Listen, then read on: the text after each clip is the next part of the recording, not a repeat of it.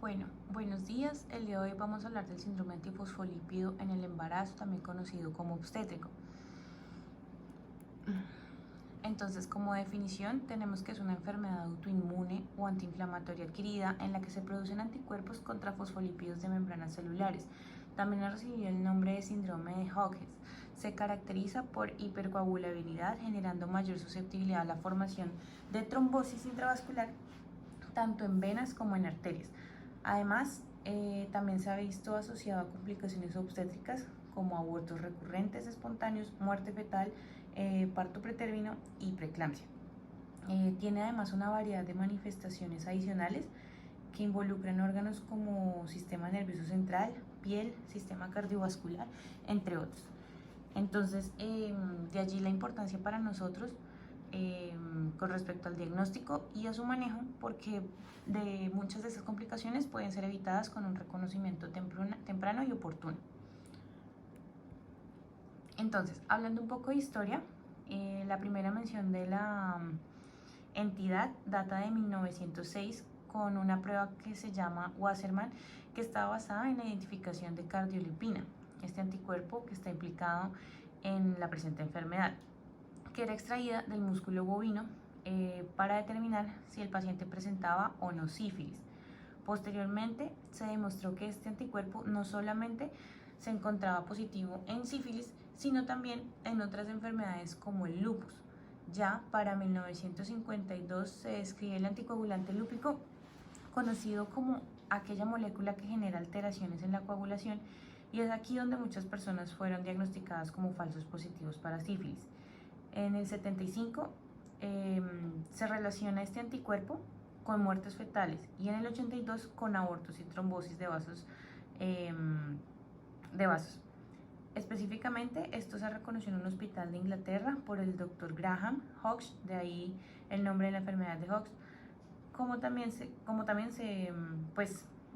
también es nombrado o conocido. Ya en 1983 aparece la prueba ELISA, específicamente para detectar los anticuerpos anticardiolipina, y en 1990 el factor beta-2 glicoproteína 1, y en 1999, con todos estos hallazgos y descubrimientos anteriores, se describe la más severa forma de este, que es el síndrome antifosfolípido catastrófico, que lo que incluye es un daño progresivo y multiorgánico de los órganos. En 1999 también además se crea, gracias a todos los hallazgos, los criterios de Sapporo, con los que se pretendía facilitar el diagnóstico del síndrome, que es actualizado en el 2006, conocido como los criterios de Sydney. Bueno, el síndrome se clasifica, como vemos en la imagen, en primario y secundario. El primario o aislado, conocido como la causa más común de trombofilia adquirida, es causante alrededor de un 10 al 15% de trombosis venosa profunda con o sin embolia, y en este mismo porcentaje genera también abortos recurrentes. Por otro lado, tenemos el síndrome antifosfolípido secundario, que es aquel que se encuentra asociado a todas las enfermedades autoinmunes y más frecuentemente se ha visto descrita al lupus eritematoso sistémico. Hablando un poco sobre epidemiología, es importante aclarar en primera instancia que el hecho de tener positividad para ciertos anticuerpos no indica tener la enfermedad. De hecho, se encuentra la presencia de anticuerpos positivos en población general, como dice ahí, hasta un 5% en mujeres sanas. Se refiere a la prevalencia de hasta un 40-50 personas por 100.000. Además, alrededor de un 40% de las mujeres con lupus eritematoso sistémico van a tener anticuerpos antifosfolípidos positivos. Se dice que entre un 10 a un 25% de los abortos son debido a este síndrome. Se presentan más frecuentemente en mujeres en relación 5-1 y con respecto al sexo masculino. Se dice que durante el embarazo el riesgo aumenta más. Esta relación pareciera estar asociada a la adaptación del sistema inmune con la condición femenina. Por eso, en general, las enfermedades autoinmunitarias son más en mujeres y sobre todo más en estado de embarazo y lactancia. Esto se explica porque las mujeres requieren de un aumento de producción de anticuerpos para que estos así pasen la barrera fetoplacentaria y el bebé adquiera sus primeras defensas humorales. Se dice que la tasa de recurrencia al año de un evento trombótico en paciente con síndrome antifosfolípido sin manejo es hasta de un 25%. Se ha visto también que en diferentes estudios se han descrito que no existe diferencia racial. En pacientes además con pérdidas recurrentes se ha visto asociado el síndrome hasta el 20% de casos, y en otros estudios se ha visto relacionado con preeclampsia severa después de la semana 34, que más adelante lo explicaremos con la fisiopatología.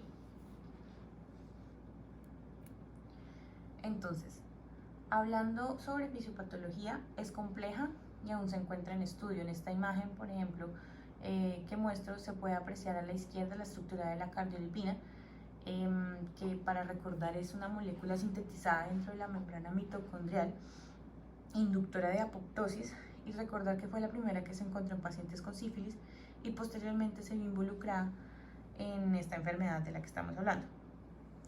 Con respecto a la beta-2 glicoproteína 1, la más referida, la que tiene más estudios, es vista como la más comprometida en la producción de los eventos más serios de este síndrome antifosfolípido, la más mala, por así decirlo.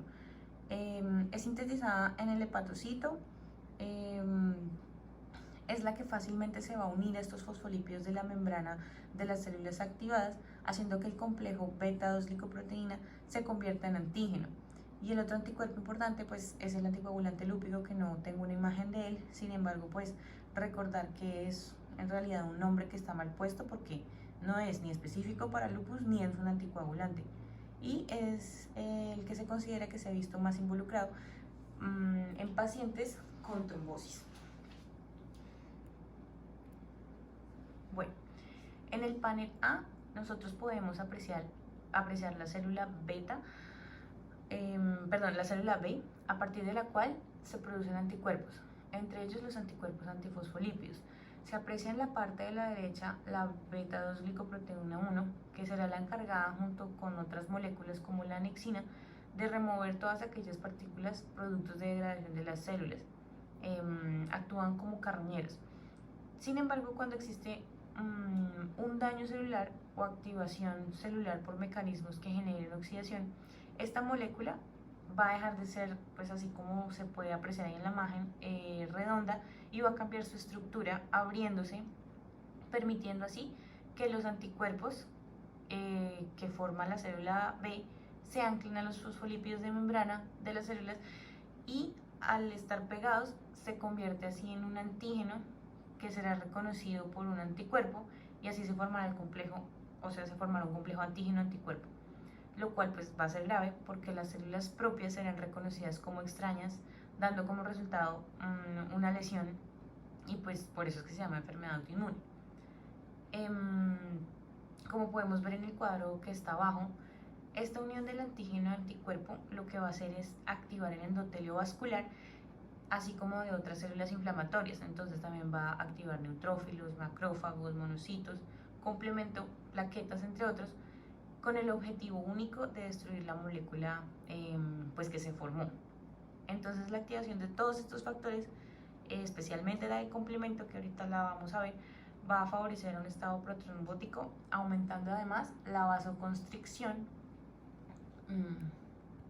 como lo podemos ver en la imagen de la mitad,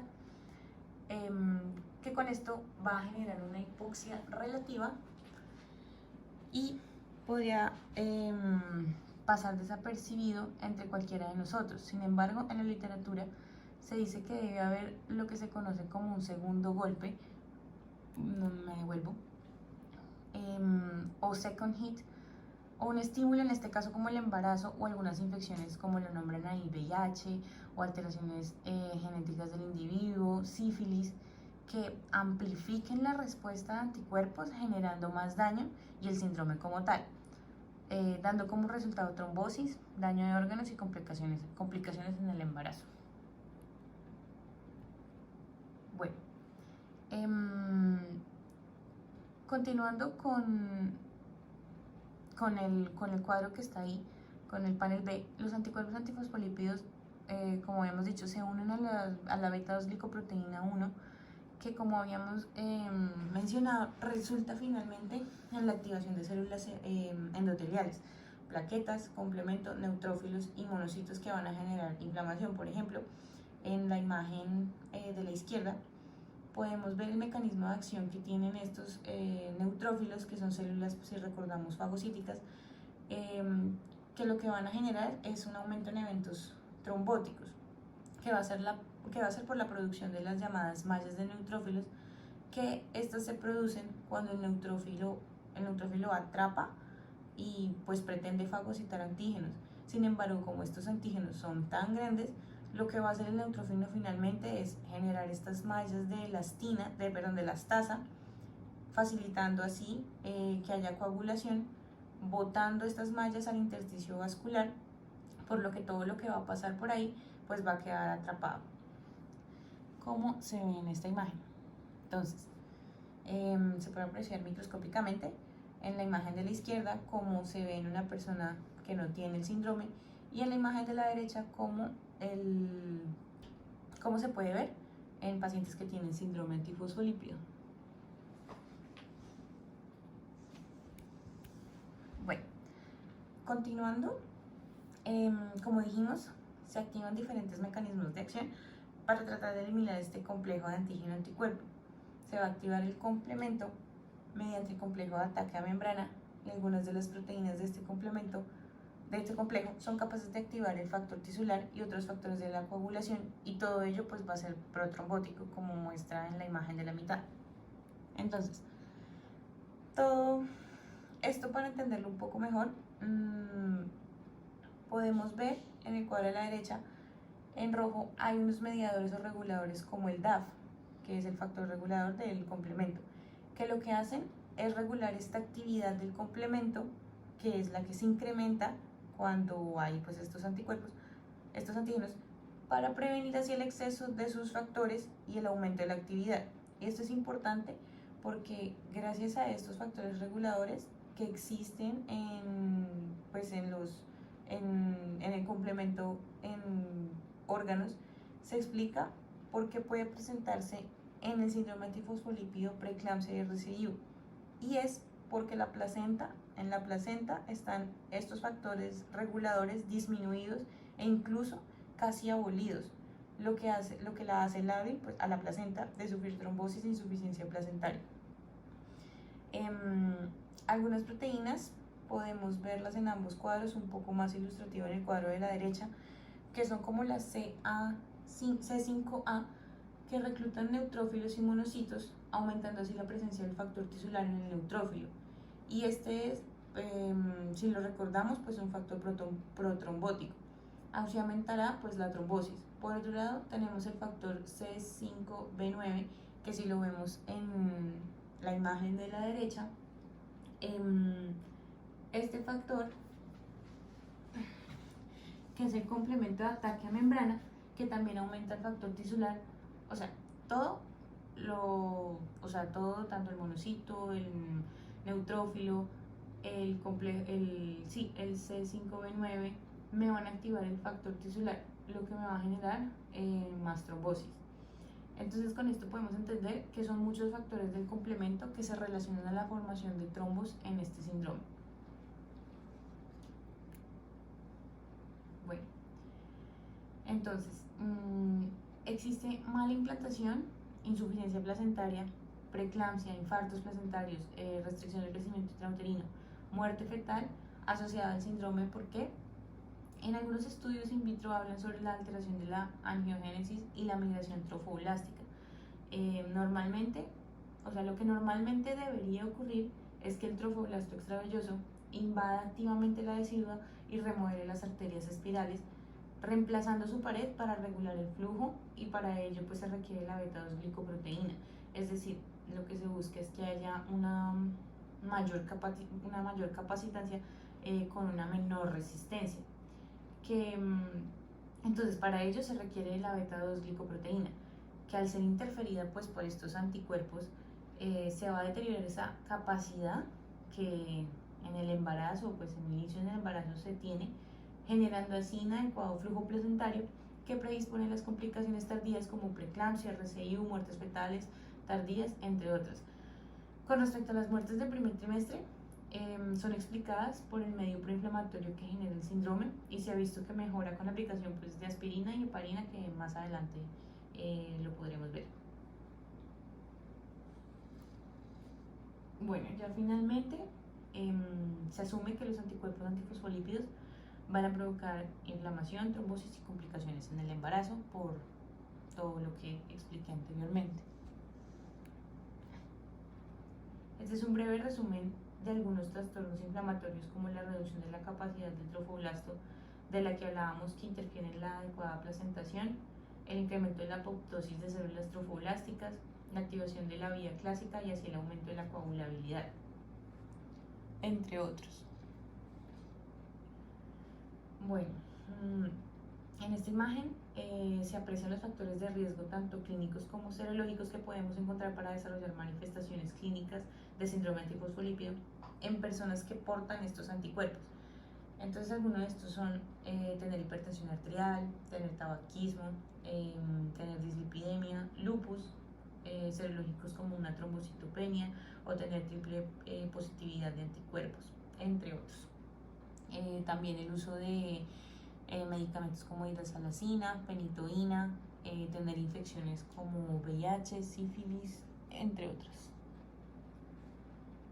Bueno, con respecto a la clínica, tenemos que en esta enfermedad se va a presentar trombosis alrededor de un 60-70%, generalmente, o sea, trombosis se va a presentar, pero alrededor de un 60-70% va a ser venosa.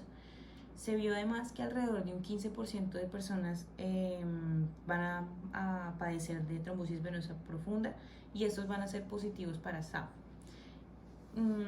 Con respecto a la trombosis arterial, se va a ver más pues el accidente isquémico, accidente cerebrovascular y el accidente isquémico transitorio, que varían en cuanto a positividad para anticuerpos de un 9 a un 24%. Los abortos recurrentes, entonces, como se muestra ahí, se ha relacionado al efecto inhibidor de la placentación y apoptosis de células del trofoblasto, como habíamos hablado anteriormente. De estos, alrededor de un 2 a un 15% presentan positividad para anticuerpos y hasta un 5% presentan incluso la enfermedad confirmada. Con respecto a la muerte fetal, se ha mostrado en diferentes estudios, por ejemplo, uno de casos sin controles mostró que muertes por encima de la semana 22 se asociaban a la presencia de estos anticuerpos antifosfolípidos con un riesgo relativo de 4.5%, significativo para tener anticuerpos antifosfolípidos para mortalidad fetal. Entonces, bueno, eso. En cuanto a la preeclampsia y las muertes prematuras, esta relación no es muy clara aún. Muy pocos estudios se han realizado con respecto a esta relación, pero se ha visto que pacientes con preeclampsia severa tienen hasta un 8 o un 15% de tener positividad para anticuerpos antifosfolípidos. Este es un cuadro un resumen de algunas de las manifestaciones que el síndrome puede tener. Entre otras que no estaban mencionadas anteriormente está el lidio reticularis, trombocitopenia, trombosis, como ya lo habíamos mencionado. Bueno, entonces aquí se muestran los criterios de Sidney que se establecen para tener un diagnóstico confirmatorio. Entonces se debe tener un criterio clínico más un criterio paraclínico para poder diagnosticarlo. Dentro de los criterios clínicos, entonces nosotros vamos a encontrar positividad de trombosis, ya sea venosa y o arterial y o de pequeños vasos, o una muerte de feto morfológicamente normal de al menos 10 semanas de gestación con morfología normal documentada por ecografía o examen directo. Ese es un criterio. También uno o más partos prematuros de neonato morfológicamente normal antes de la semana 34 de gestación, que haya, pues que la madre haya tenido preeclampsia, eclampsia, RCIU.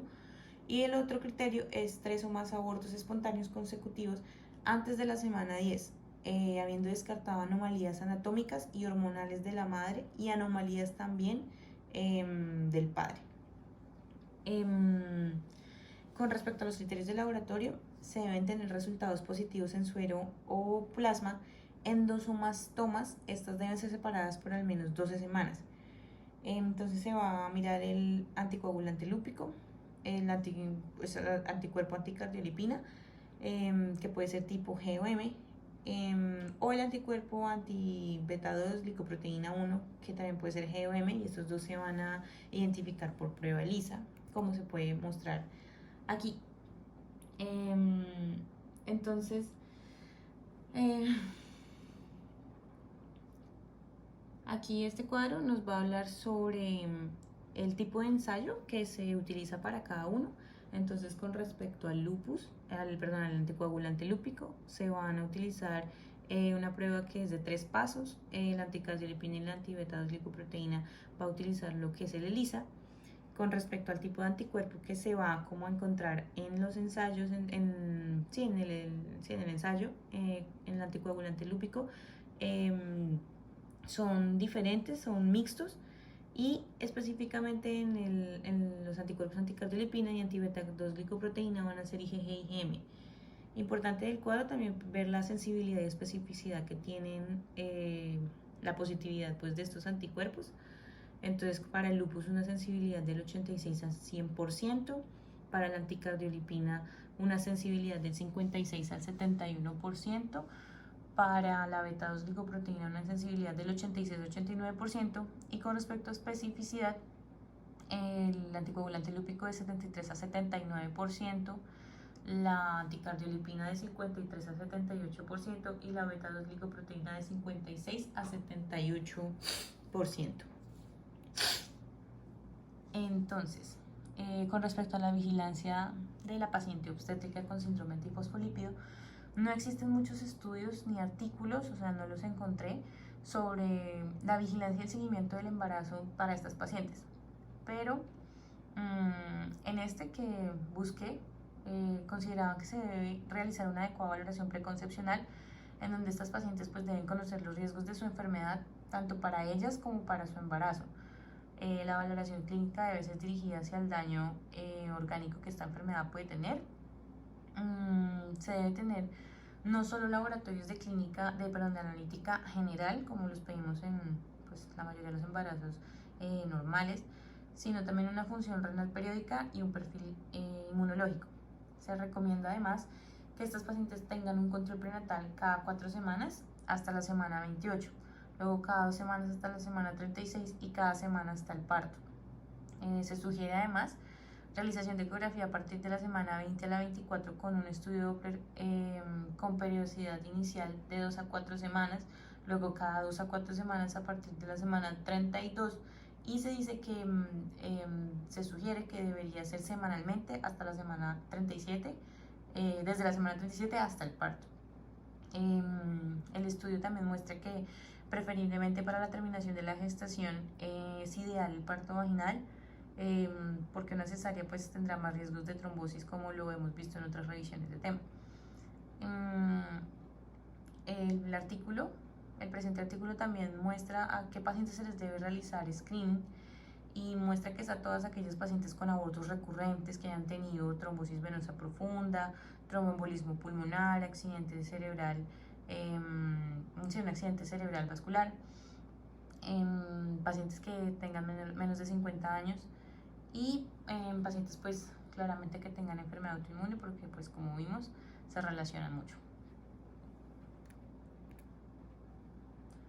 También este mismo artículo menciona a aquellas pacientes en quienes se debe hacer una consejería y sugerir no quedar en estado de embarazo, que son aquellas pacientes que tienen hipertensión pulmonar grave, insuficiencia cardíaca, fracaso renal agudo, historia de ictus en menos de 6 meses. Bueno, entonces en este cuadro general es para mostrar los diferentes medicamentos para el tratamiento del síndrome antifosfolípido, desde la aspirina a bajas dosis, menores de 100 miligramos, que se ha visto que utilizarlo de esta manera genera prevención pues para trombosis. La hidroxicloroquina, utilizada para la trombosis recurrente, las estatinas que no han tenido tanta evidencia clínica, sin embargo usadas pues también para el manejo de la trombosis, la warfarina, que es el manejo ideal en pacientes no embarazadas, e incluso muchos estudios recomiendan inicio de este posterior al parto, claramente teniendo en cuenta los valores de INR, y pues que sirve para la prevención de la trombosis secundaria. Entonces también pues se habla de la heparina de bajo peso molecular, que se usa principalmente en el embarazo, según el peso de la paciente. Entonces tenemos que si pesa menos de 50 kilogramos podemos usar 20 miligramos subcutáneos al día, y pues así como se muestra en la tabla. Bueno, ya finalmente también se pueden utilizar otros medicamentos como las inmunoglobulinas. No son recomendadas de inicio o pues de entrada para el tratamiento, sino para manejo refractario, incluso para síndrome antifosfolípido catastrófico.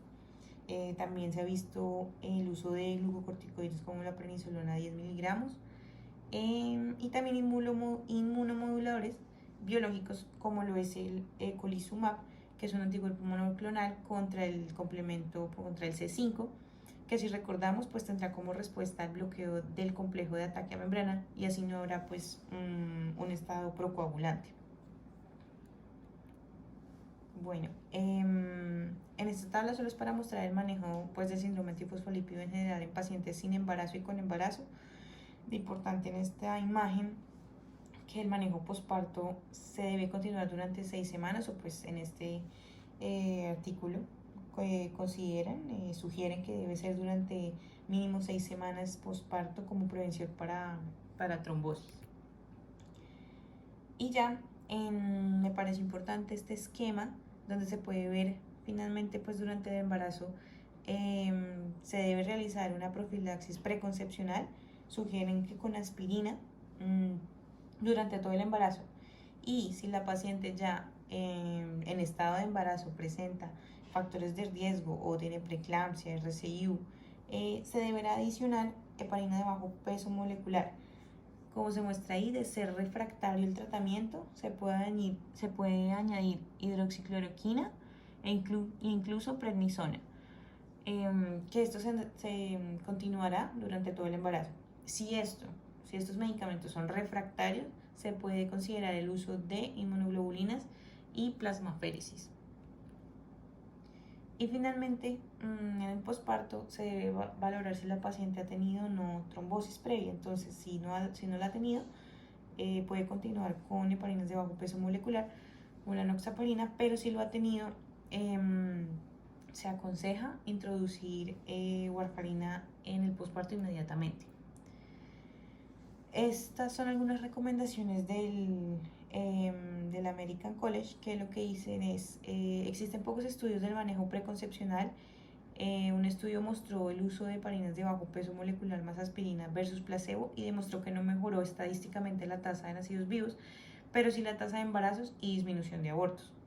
En pacientes en posparto y síndrome antifosfolípido trombótico con evento trombótico previo, se debe introducir la warfarina inmediatamente, que fue lo que vimos en el anterior flujograma. Con anticuerpos antifosfolípidos y paciente asintomático, se considera o se sugiere iniciar aspirina, solo aspirina, y si hay factores de riesgo se adiciona heparina de bajo peso molecular. Dice que con evento trombótico previo, la paciente debe tener anticoagulación profiláctica durante el embarazo y se debe colocar hasta 6 semanas posparto. No se recomienda el uso inicial, como habíamos dicho, de inmunoglobulinas ni plasmaféresis. Esto solo se coloca cuando nada más funciona. El uso de de aspirina con heparina de bajo peso molecular mostró que logró una disminución de un 50% de las pérdidas del embarazo temprano. El uso de prednisolona con aspirina reportó una tasa de embarazo exitoso hasta un 60-70%. Y el uso de inmunoglobulinas intravenosas no ha sido tan revisado en la literatura. Se usa en pacientes que han sido refractarios al uso de corticoides o heparinas de bajo peso molecular. Y ya, muchas gracias.